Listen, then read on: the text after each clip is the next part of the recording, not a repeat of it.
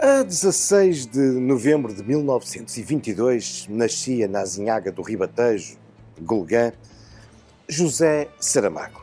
Aquele que se viria a tornar no Prémio Nobel o primeiro e até hoje único Nobel da Literatura atribuído a um autor de língua portuguesa. José Saramago, que publica em 1981 uma interessante obra, Viagem a Portugal. Um livro que resulta dos seus percursos pelo nosso país em 1979, 1980. Temos vindo a visitar e a seguir alguns dos percursos que Saramago fez nessa altura na cidade do Porto. No último episódio dos Caminhos da História, percorremos a zona alta da cidade, a zona da Catedral, da Sé. Depois descemos as escadas das Verdades. E agora? Agora vamos percorrer o caminho que Saramago fez na zona ribeirinha e depois a subida do Morro da Vitória.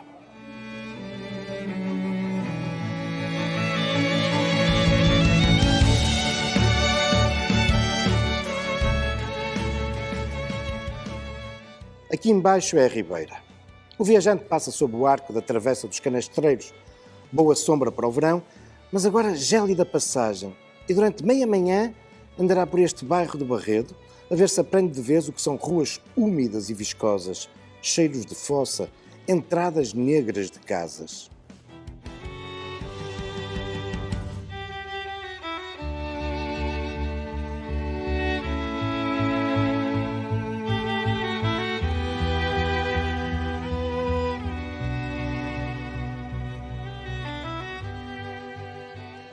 Passando sob o arco dos Canastreiros, Saramago deixa para trás esse mundo escuro de ruas, vielas, escadinhas, um mundo úmido.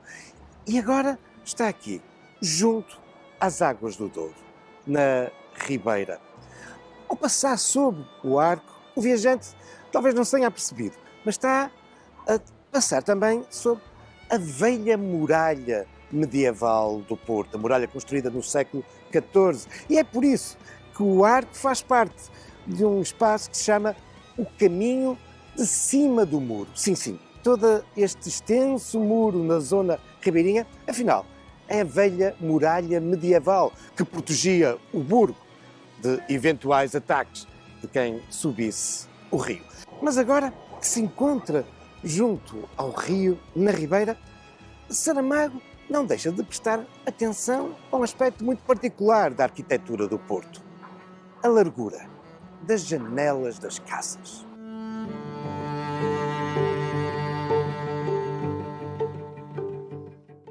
Quando as ruas se alargam um pouco, o viajante mira os andares altos.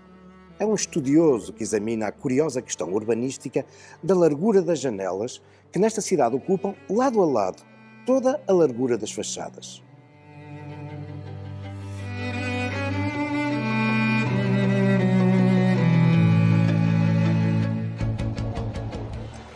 É de facto um aspecto curioso este das grandes janelas que inundam praticamente a fachada dos edifícios no Porto. E tem, obviamente, uma razão de ser.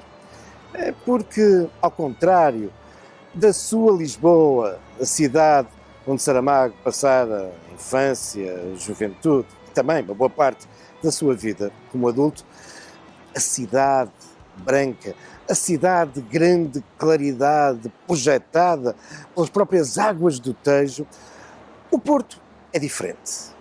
É uma cidade muito marcada pelas neblinas, pelos nevoeiros e, por isso, a necessidade, para iluminar o interior das casas, de que se abram nas fachadas grandes e amplas janelas.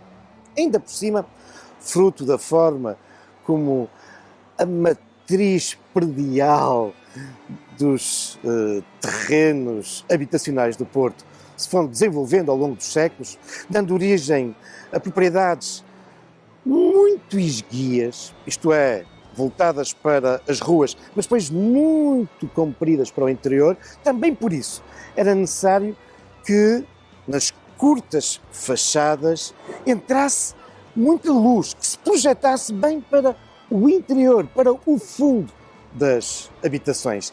E daí este aspecto tão característico das construções tradicionais do Porto, especialmente aqui na zona da Ribeira, onde de facto este mundo de janelas e de vidros dão um aspecto tão característico, mas também tão colorido ao Porto.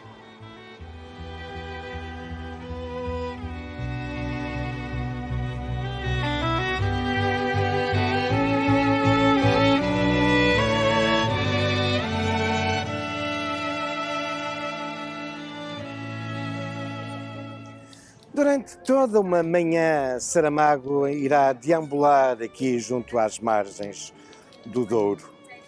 Uma área que se mantém hoje como uma das mais icónicas da cidade.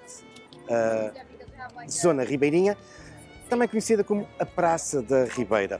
O que nos dá aqui origem a uma confusão que passa mesmo despercebida à maior parte dos portuenses, que acham que a Praça da Ribeira, esse espaço emblemático do Burgo, tem esse nome por ser numa zona ribeirinha, mas desenganem-se. Esse lugar, essa praça, que sabemos existir desde praticamente as origens da cidade, esse espaço relativamente amplo, no meio de um casario muito contíguo, muito concentrado, este espaço tem uma explicação natural. Aqui, afinal, estamos a falar de uma área estuarina, isto é, a foz de uma caudalosa ribeira que descia por estas colinas, em boa verdade, com um nome pomposo, o Rio da Vila, e que também, durante séculos, dividia o Porto em dois. O Porto, constituído na Idade Média por dois morros, o Morro da Sé e o Morro da Vitória. No vale entre os dois morros corria o Rio de Vila. O Rio de Vila que desaguava exatamente aqui nesta zona. E por isso, a Ribeira. Sim, é esse o nome ou a origem deste curioso espaço e tão icónico da cidade. E onde a relação do Porto com o Rio é mais evidente. Algo que não podia, obviamente, também deixar de ser sublinhado no nosso Prémio Nobel.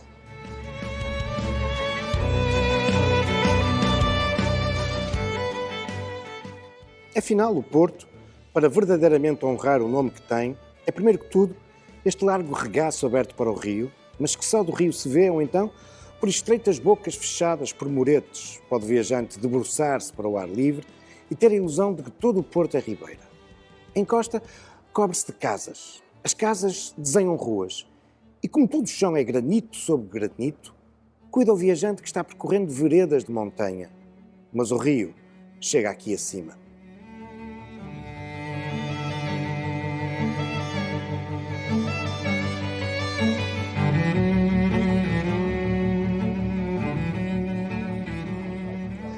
Algum do velho mobiliário urbano subsiste aqui na Ribeira, como é o caso deste fontanário produzido na famosa fundição de Massarelos, cá do Porto. Como permanecem, obviamente, as velhas muralhas medievais, o caminho de cima do muro, ou mais à frente, o muro dos bacalhoeiros. E, por trás das muralhas, o casario. O velho casario com essas amplas janelas que tanto fascinaram José Saramago. Estamos, com efeito, naquele que é um dos espaços mais emblemáticos da cidade. E, no entanto, não deixa de ser daqueles que mais se alterou desde esse inverno de 1979, 1980, quando o nosso Prémio Nobel, o Viajante, por aqui passou. Sim, este é hoje um lugar ainda mais concorrido. Já não o bulício de quem vinha aqui ao mercado da Ribeira. Não, hoje são os turistas que inundam este espaço.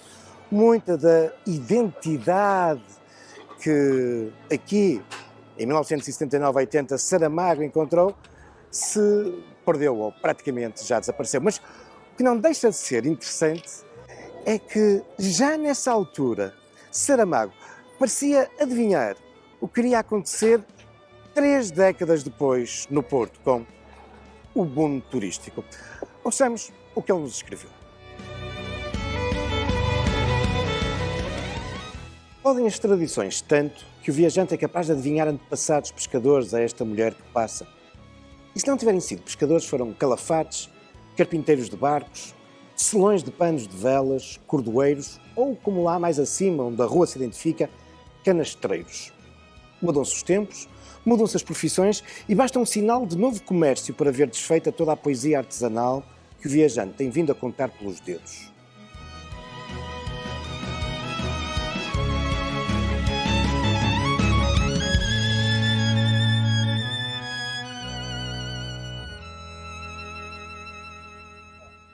Não muito distante da zona ribeirinha, encontramos aquela que é uma das mais monumentais e belas igrejas da cidade. E hoje também um dos monumentos mais visitados do Porto. A Igreja de São Francisco.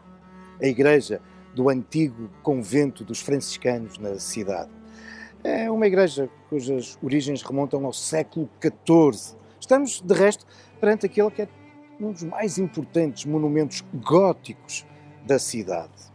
Contudo, não é o gótico que surpreende o visitante, é o estilo barroco do século XVII e século XVIII. Mas já lá vamos, porque primeiro vale a pena recordar que a construção desta igreja e a construção do convento dos franciscanos foi uma história muito atribulada.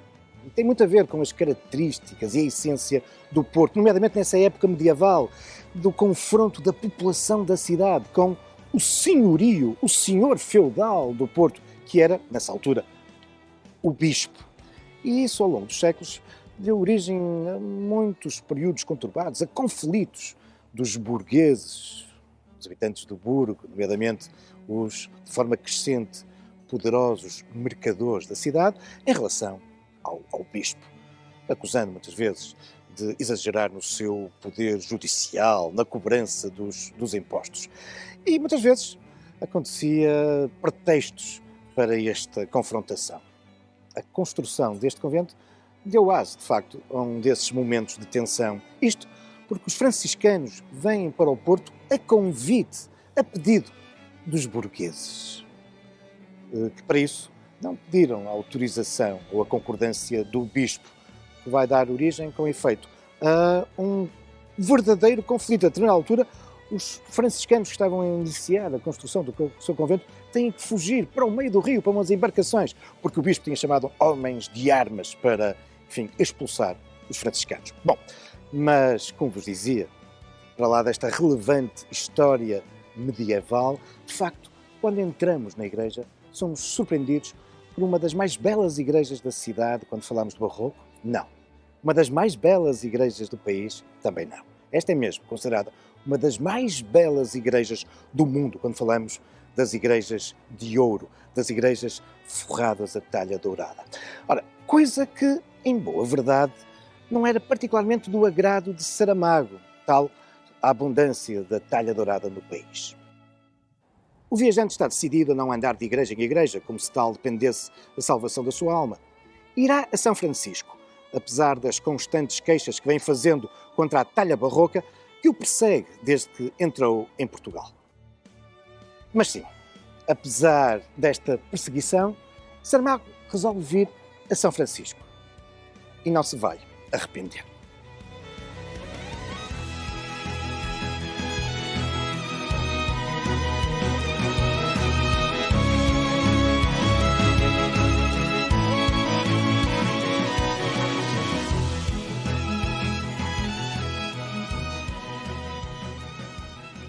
Sim, o interior desta igreja é de facto impressionante e por isso não admira a impressão, a surpresa que causou junto do nosso Prémio Nobel. Em São Francisco rematam-se todas as pontas da imensa cerzidura de ouro lavrado que se repete em receitas, em fórmulas, em cópias de cópias. O viajante não é autoridade. Vê este esplendor que não deixa um centímetro quadrado de pedra nua. Aturde-se na magnificência do espetáculo e acredita que esta seja a melhor talha dourada que no país há. Não se lembra se alguém o afirmou, mas está pronto a jurar. Em verdade, quem entrar aqui não tem mais a fazer que render-se. Colocado no centro da igreja, o viajante sente-se esmagado. Todo o ouro do mundo lhe cai em cima. E Saramago não deixa também de salientar alguns pormenores, nomeadamente alguns altares. Caso, por exemplo, do sádico, é assim que ele o classifica, altar dos mártires de Marrocos, esses mártires tão emblemáticos para a Ordem de São Francisco. E, claro, para aquela que é também reconhecida como uma das obras-primas da Igreja de São Francisco, a Árvore de Jessé.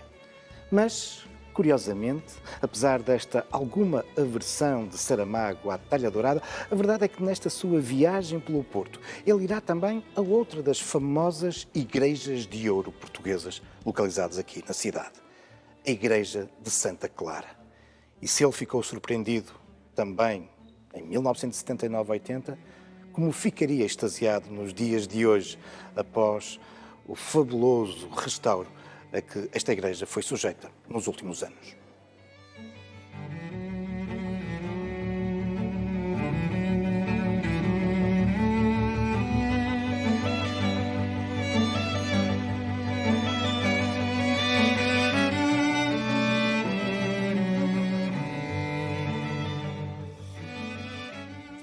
Depois de deixar para trás a zona ribeirinha, de visitar a Igreja de São Francisco, José Saramago sobe o Morro da Vitória.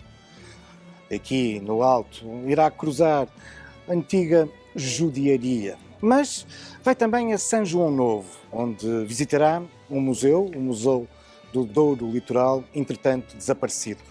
Quem felizmente não desapareceu foi o Museu Nacional Soares dos Reis, que merece também uma visita cuidada do nosso Prémio Nobel. E, igualmente, as igrejas gêmeas de contíguas da Igreja do Carmo e dos Carmelitas. Mas antes, cruzara já aqui a rua de São Bento da Vitória, o epicentro da antiga judiaria, e vai dirigir-se para uma igreja construída no século XVII, a Igreja do Convento de São Bento da Vitória.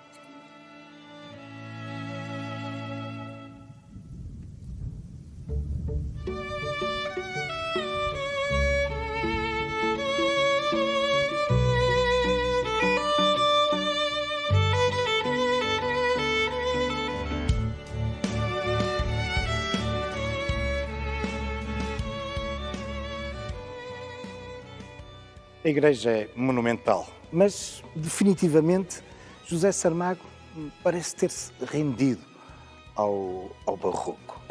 É óbvio que aqui no interior da igreja de São Bento da Vitória também podemos observar belíssimas intervenções barrocas, nomeadamente no seu altar-mor. Mas o conjunto, ele entende que é algo frio, despido, esta igreja beneditina. E ele acha também que o Porto se identifica muito mais com essa exuberância barroca. E também por isso, há uma peça que ele destaca. O viajante gostou de levar na memória os atlantes que aguentam às costas os órgãos.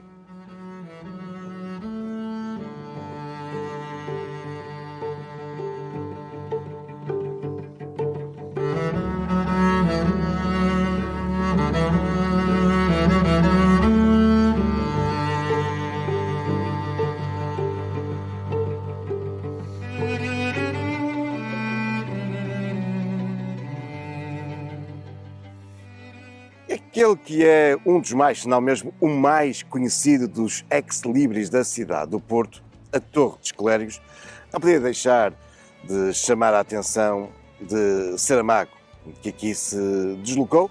Também deixa várias considerações sobre este monumento. Um monumento que demorou cerca de 3 décadas a construir, sensivelmente entre 1732 e 1763. Uma das grandes obras barrocas da cidade. Mas importa explicar que a Torre dos Clérigos faz parte de um conjunto, de um santuário. A torre mais não é do que a torre cineira da Igreja dos Clérigos. E entre a igreja e a torre desenvolve-se um edifício que originalmente servia como aposentos e enfermarias para apoiar clérigos necessitados de cuidados continuados, tratamentos ou um lugar onde passar os últimos anos da sua vida.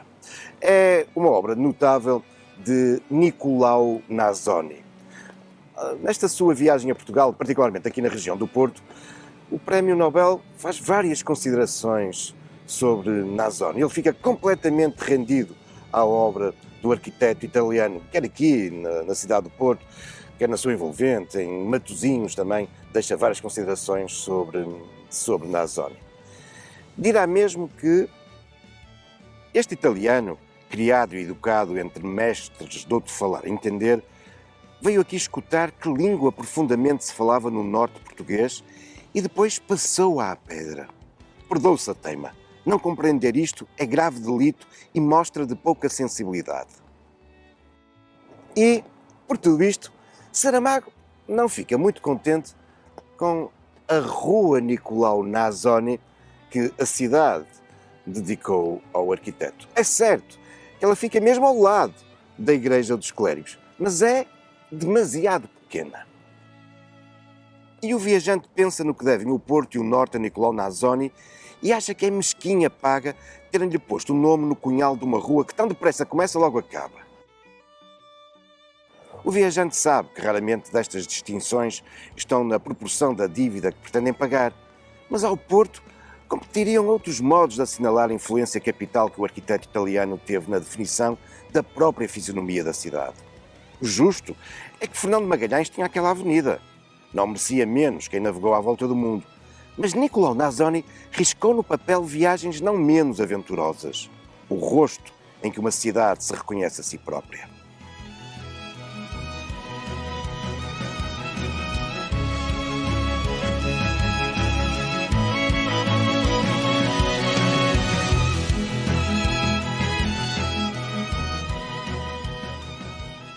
Na altura em que se assinala o seu centenário, acompanhamos o nosso Prémio Nobel da Literatura pelas ruas e monumentos da cidade do Porto, à boleia da sua obra Viagem a Portugal. Apercebemos também do muito que a cidade mudou desde esse inverno de 1979, 1980. Muito mudou na cidade, a sua fisionomia. Mas será que terá mudado assim tanto? Afinal, muita da sua essência, do seu espírito, mantém-se. Seguramente que persiste o mistério do Porto, de que nos falou José Saramago.